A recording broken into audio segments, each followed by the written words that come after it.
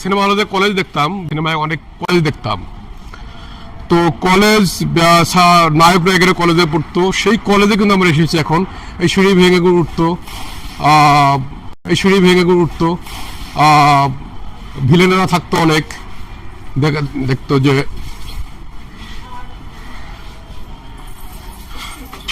এই সেই কলেজ, যে কলেজে আমরা সিনেমা দেখতাম, যে কলেজের নায়ক নায়িকা এখানে পড়াশোনা করতো, রাজনীতি হতো, এখানে মারা দাঙ্গা হতো, অনেক কিছু হতো।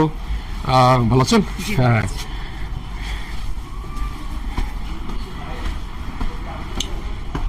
এখন সেই জাঁকজমকতা নেই, সেই আগের পূর্ণতা নেই, এখন অপূর্ণতা একটা জায়গা।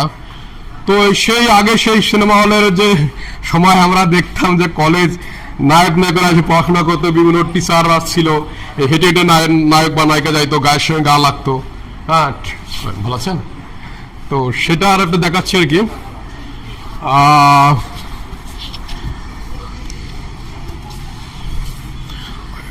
টিচাররা যে রুমে থাকতো, এই পাশে রুমে এত থাকতো, আর এখানে শুটিং এর জন্য রেডি হচ্ছে।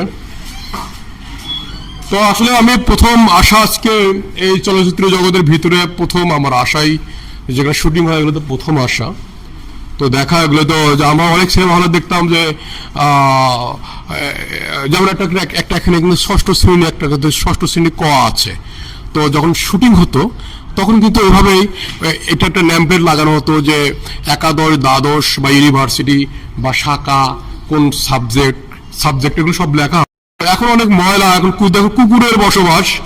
এখন চলচ্চিত্রের যে অবস্থা, যে এখন আগে তো জাঁকজমকতা ছিল, পরিষ্কার পরিচ্ছন্ন ছিল, কিন্তু এখন কুকুর শুয়ে আছে। এখন কলেজ ক্যাম্পাসের বা কলেজের করিডোর আছে, বারান্দা, সেটা কুকুর শুয়ে আছে, কারণ এখন শুটিং নেই, কোনো কিছু নেই, সব জরাজীর্ণতা, অপূর্ণতা। কারণ সুষ্ঠু ধারার সিনেমা না থাকার কারণে কিন্তু ওই চলচ্চিত্র জগতের যে সিনেমার কালচার যেটা সেটা ধ্বংস হয়ে গেছে বলা চলে।